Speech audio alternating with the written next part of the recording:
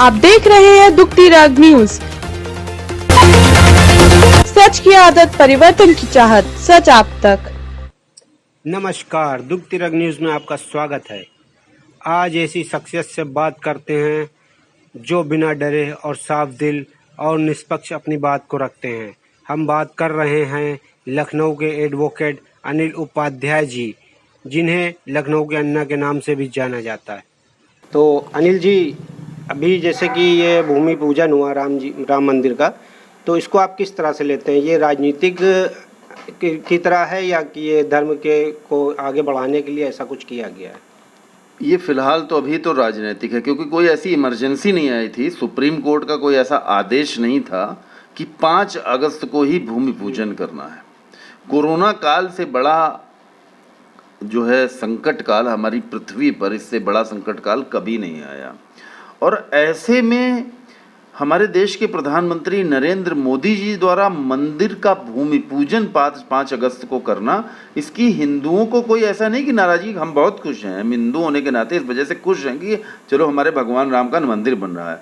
लेकिन ये राम मंदिर का भूमि पूजन 5 अगस्त के बाद यदि दीपावली में होता, दीपावली 5 अगस्त को भूमि पूजन करके अयोध्या में दीपोत्सव मनाया गया, तो दीपोत्सव किस खुशी में मनाया जा रहा है? राम क्या रावण पर दूसरी बार विजय हासिल, तीसरी बार, चौथी बार? मतलब राम का क्या तमाशा बना दिया कि राम जब देखो तब कभी भी किसी भी समय रावण पर विजय प्राप्त कर सकते हैं और राम कभी भी अयोध्या आ सकते हैं, कभी भी दीपोत्सव मन चक सकता है। दीपोत्सव, दीपावली का एक मतलब है कि दीपावली जब राम अयोध्या विजय आए थे, रावण को हरा के विजय के, तो अयोध्या वासियों ने राम के स्वागत के लिए दीपावली मनाई थी।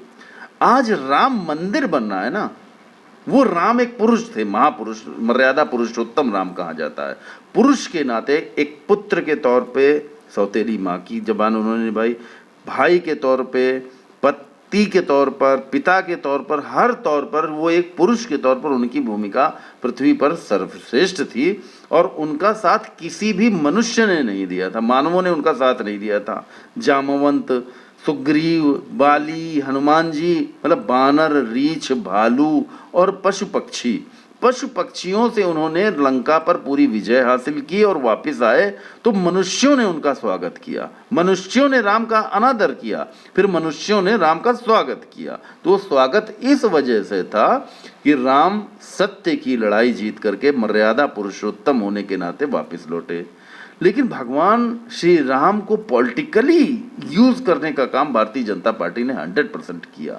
इस भूमि पूजन से ये चीज साबित हो गई। अच्छा, इससे ये नहीं लगता कि ये जो टाइमिंग है और जैसा कि अभी ये दिया है कि इसको राम मंदिर पूरा कंप्लीट निर्माण को कंप्लीट होने में कम से कम 3 से 3.5 साल लगेंगे और उस टाइम ये चुनाव का टाइम आ जाएगा, तो इसको लेकर नहीं कुछ ऐसा है, कुछ मतलब कुछ जनता को वो दिया जा रहा है कि जब चुनाव होगा और ये राम मंदिर खड़ा होगा तो इसी राम मंदिर के मुद्दे पर फिर से एक बार जनता को गुमराह किया जाएगा और वोट मांगे जाएंगे? ये बिल्कुल सही कहा, यही है, पॉलिटिकली उपयोग हो रहा है।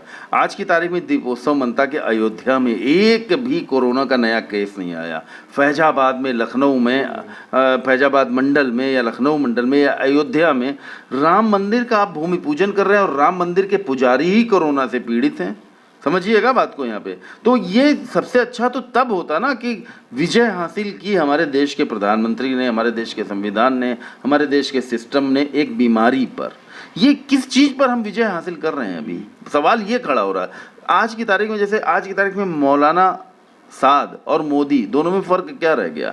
आज तक, अभी तक पूरे दुनिया भर में जितने भी हिंदू थे, हिंदू वर्ग खास करके हर चीज़ में कोरोना वायरस के लिए जमात को ही दोषी, मौलाना साद की वजह से हो गया, तबलीगी जमात की वजह से कोरोना वायरस हो गया, हमेशा कहते रहे। लेकिन अब ये बताइए 5 अगस्त को मोदी ने क्या किया?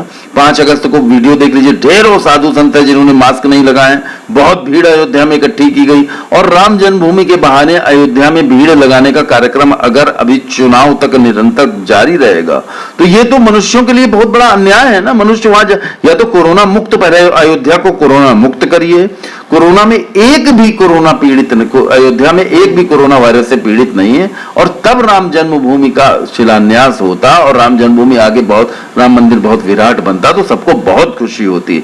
मूल बात है कि अयोध्या में रहने वाले लोगों के लिए इस क्षण हर अयोध्या वासी से आत्मा की चोट पर वार करता हुआ ये सवाल मैं पूछ रहा हूं कि आपके लिए इस समय अस्पताल जरूरी है या राम मंदिर? अगर आपके अयोध्या में रहने वाले किसी विराट हिंदू परिवार जो बहुत पुराने सदियों से अयोध्या में रहने चले आ रहे हैं, रघुकुल के अपने आप को मानते हैं, उनके परिवार पे भी अगर 4-5-6 लोगों को कोरोना वायरस का अटैक आ जाएगा तो क्या वो राम मंदिर में जाके भजन कीर्तन करके मुक्त होंगे? उनको तो अस्पताल की जरूरत पड़ेगी। तो इस समय सबसे आवश्यक क्या है? अस्पताल।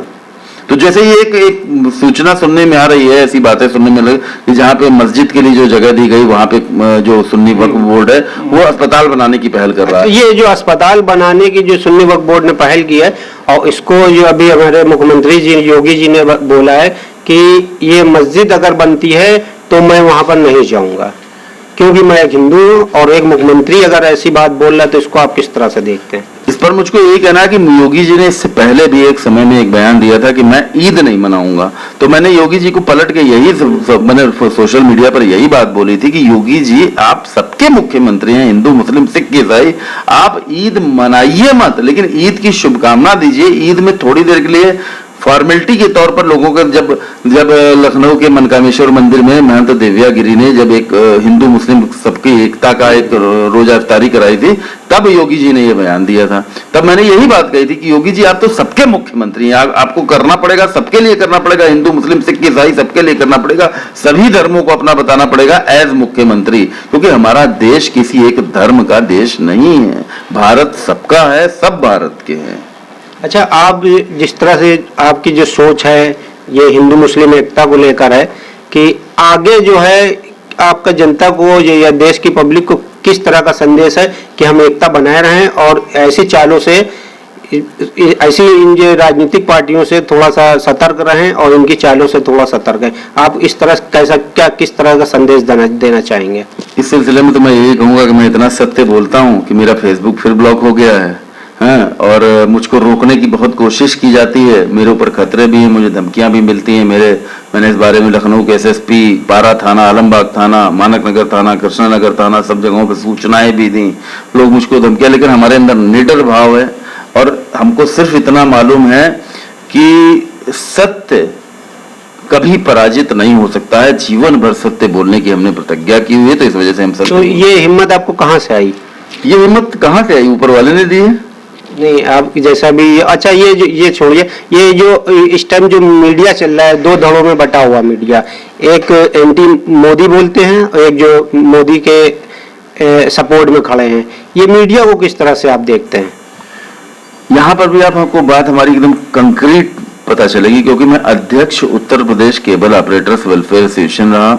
मैंने अपनी जिंदगी में पिछले 35 साल से बिजनेस काम धंधे जो भी किए, सबसे पहले वीडियो गेम खिलाया, फिर वीडियो कैसेट की लाइब्रेरी, आज की तारीख में वीडियो कैसेट तो कहीं होते ही नहीं है, वीडियो कैसेट की लाइब्रेरी फिर हमने चलाई, वीडियो चलाए थे।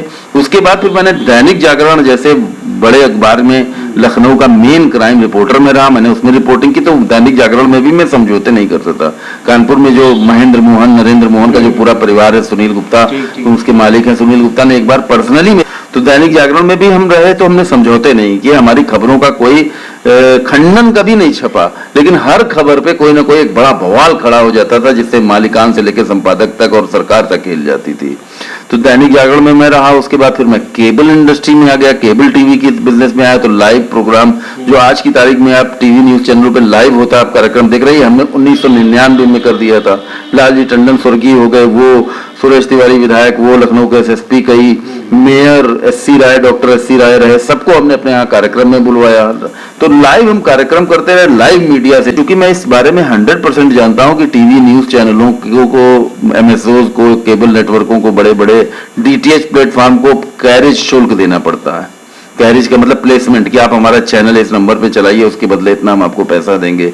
उसके बाद एडवर्टीजमेंट से उनको क्या मिलता है। तो ये एक ऐसा गोदी मीडिया नामक एक शब्द ऐसा है कि सरकार से अपनी इच्छाएं, अपनी जरूरतें पूरी कराने के लिए ये लोग किसी के आगे भी सरेंडर कर देते हैं, जो उचित नहीं है। पत्रकारिता के क्षेत्र में पत्रकारिता व्यापार बन गई है, जबकि पत्रकारिता एक मिशन होता है। पत्रकारिता से पूरे समाज को दिशा मिलती है। सरकार से सवाल पूछना चाहिए हाँ। पत्रकारिता। ये डॉक्टर कफील के बारे में आपका क्या क्या राय है? जैसे उनकी तारीख मिलती जा रही और जमानत नहीं हो रही, और इसी ऐसे दिल्ली दंगे जो हुए, उसमें जो दंगे हुए उसमें खुल कर नाम सामने आया, जिन्होंने वीडियो भी जारी हुए, जिन्होंने कुछ ऐसे आपत्तिजनक भाषण दिए हैं, जैसे कपिल मिश्रा हैं, और भी ऐसे कुछ लोग हैं जिन्होंने कुछ तरह भाषण दिया, उनके ऊपर कोई कार्रवाई नहीं है। और जबकि ऐसे ही एक छोटे से मुद्दे को लेकर डॉक्टर कपिल खान आज भी जेल के अंदर हैं। तो इसको आप किस तरह से देखते हैं? देखिए, डॉक्टर कफील और उनके भाई, उनके परिवार वालों की कुछ क्षेत्रीय, एक पासवान हैं वहाँ के, एक योगी जी हैं हमारे मुख्यमंत्री हैं, वहीं के सांसद रहे, विधायक, इस समय तो उत्तर प्रदेश के मुख्यमंत्री हैं। इन लोगों की कुछ पर्सनल राइवलरी भी है, पर्सनल लड़ाइयाँ हैं इनकी, कुछ पारिवारिक ऐसी पर्सनल लड़ाइयाँ हैं। जैसे आपको इसमें कहने की आवश्यकता नहीं कि महाराष्ट्र में सुशांत सिंह कांड में एकदम पूरी दुनिया देख रही है, पूरी दुनिया देख रही है कि CBI, Mumbai police, Bihar police, Maharashtra सरकार, बिहार सरकार, देश की केंद्रीय सरकार, सारी की सारी केवल एक हत्या या आत्महत्या एक व्यक्ति की एक कमरे के अंदर, उसके राज नहीं खुल पा रहे हैं। उसके बारे में सीबीआई से लेकर सब तरफ चक्कर करनी, मतलब ये इतना बड़ा एक नेक्सस है कि जो जैसे ही आपने जैसे ये सुशांत सिंह के बारे में अपनी एक पोस्ट की और आपका फेसबुक अकाउंट सस्पेंड हो गया, तो यही क्या है? यही बात हमने कही कि हमने जब सुशांत सिंह के बारे में जब मुझे लगा कि सुशांत सिंह के मामले में कुछ चीजें ऐसी हैं कि जिनके बारे में पब्लिकली लाइव होके सुशांत के दोस्तों को बोलना चाहिए, वो सबूत दिखाने चाहिए। सामाजिक बदनामी सबसे बड़ी बदनामी होती है। तो सुशांत सिंह वाले मामले में बिहार वर्सेस महाराष्ट्र चल रहा है। एक जमाने में महाराष्ट्र में यूपी के लोग और बिहार के लोग, यूपी वाले बिहार वालों से जो चल रहा था, इस समय एक तरीके से कि बिहार के लोग गलत हैं, कि महाराष्ट्र के लोग गलत हैं, कि रिया चक्रवर्ती बंगाली तो कि बंगाल के लोग गलत हैं। ये एक ऐसी भावना चलती चली आ रही है। सुशांत सिंह के मामले में जब मैंने देखा कि भाई सोनू सूद हैं, एजाज खान है, जो और भी सोशल मीडिया पर एक्टिव फिल्म जगत के हीरो हैं, जिनसे हमारे संबंध है, जैसे हम मिलने भी गए तो एजाज खान ने हमारा बड़ा अच्छा, सभी स्वागत करते हैं मेरा। तो उनसे हमने पहले गुजारिश की कि आप लोग इंक्वायरी करिए, इसमें आगे बढ़िए। तो वहां का नेक्सस इतना बड़ा है कि किसी की हिम्मत नहीं पड़ी आगे बढ़ने के लिए। ये पूरी दुनिया न्यूज चैनलों से लेकर के सब देख रहे हैं। अब जब किसी की हिम्मत नहीं पड़ रही थी आगे बढ़ने की, तो हमारे पास तो कोई ऐसा डर वाला मामला, हमने कहा होगा, देखा जाएगा, चलते हैं मुंबई। और मुंबई में हमारे अपने लोग हैं, जो हमको मानते हैं, जो हमारे कार्यकर्ता हैं, जो लखनऊ के अन्ना के साथ हैं, वो युवा वर्ग बहुत बड़ी संख्या में, 22, 24, 25 साल के लड़के बहुत बड़ी संख्या में, और युवा को किसी से डर नहीं लगता है। तो मुंबई के युवाओं के साथ मिलकर मैंने यही सोचा था कि मैं मुंबई पहुंच जाऊंगा, जाके 15 दिन जाके मुंबई रुका रहूंगा। सुशांत वाले मामले में एक एक आदमी से जड़ खोद के बात करूंगा, उनके घर जाकर, और सब कुछ लाइव दिखाऊंगा दुनिया में। तो मेरे लाइव का इतना जबरदस्त प्रभाव होगा, इतने ज्यादा मेरे व्यूअरशिप हैं कि ये एक बस हमने 3 तारीख को ये बात बोली और 4 तारीख से हमें ब्लॉक कर दिया गया, और कोई कारण ही नहीं। मतलब क्योंकि इधर भी तो मोदी जी के खिलाफ भी ज्यादा नहीं बोल रहे हैं, किसी के खिलाफ नहीं बोल रहे हैं, ब्लॉक होके भी हाल ही में ताजे भी चालू हुए थे। तो जैसे ही मैंने सुशांत केस की इंक्वायरी खुद करने की बात कही, मतलब आप समझिए कि आप जो ये प्रोग्राम देख रहे हैं, आप जो कार्यक्रम देख रहे हैं, अगर आपसे कोई कहे कि आपके मोहल्ले में कोई एक कांड हो गया, आपराधिक कांड हो गया, विकास दुबे वाला बिकरू वाला जैसे कांड था, कानपुर में था, अब विकास दुबे के बिकरू कांड की जांच आसपास के गांव के लोग अगर करने लग जाएं तो एक एक चीज खोल के सामने रख देंगे। लेकिन चूंकि विकास दुबे का, उसके लोगों का डर होता है वहां पे, अगर विकास दुबे के बिकरू गांव के आसपास के और गांवों के लोग, चौबेपुर है, आसपास के और गांवों के लोग जासूसी करने पे आ जाए, एक एक चीज बताने पे आ जाए, तो बहुत कुछ नई चीजें सामने आ जाएंगी। लेकिन उनको चूंकि लोकल अपराधियों से डर होता है, उनको वहीं पर रहना होता है, इसलिए उनके लिए जरा मुश्किल है। हमारा घर तो लखनऊ में है, बीवी एक बच्चे को, हमें कोई परवाह नहीं है। हम तो मुंबई जाने के माफिया से टकराने के लिए पूरी तरह तैयार हो गया था मैं, 100%। इसमें कोई फन बट नहीं, 100% मैं सच कह रहा हूँ। तो अब ये किस तरह का क्या संदेश देना चाहेंगे कि हम ये लॉकडाउन का पालन करें और इस कोरोना से बचें, और किस तरह का आपकी क्या सोच, और किस तरह का संदेश देना चाहेंगे आप? दुखती रग का प्रोग्राम ये देखने वाले सभी दर्शकों से मैं आप सबका हार्दिक नमस्कार करता हूँ, स्वागत है आपका। और मूल बात यही है कि कोरोना से अब वही बचेगा जो खुद शक्तिशाली होगा। इम्यून पावर, वो पुरानी पहलवानी, वो पुराने नुस्खे, दादी नानी वाले नुस्खे सब आजमा रहे हैं इस समय, इसमें कोई संदेह नहीं है। तो अपना ख्याल रखिए, अपनी इम्यून पावर को बढ़ाइए और सत्य के साथी बन जाइए। अगर आप सत्य के साथी बन जाएंगे तो आपके अंदर निडरता आ जाएगी। आप कहीं, आपने जीवन में कहीं पे भी कितनी बार भी व्यापार के लिए या कि अपने प्रोडक्ट को आगे बढ़ाने के लिए इधर उधर जितनी बार भी झूठ बोला हो, उसको याद करिए और याद करते हुए आगे सत्य पथ पर चलिए, सत्य की राह पकड़िए। आपको जीवन में कभी किसी से कभी डर नहीं लगेगा। बस मेरी यही शुभकामना है कि आप मजबूत बनिए, सत्यवादी बनिए। इसमें संघर्ष आपको अवश्य करना पड़ेगा, बिना संघर्ष किए आप नहीं बन सकते। तो अभी आपने सुना अनिल उपाध्याय जी, लखनऊ का अन्ना।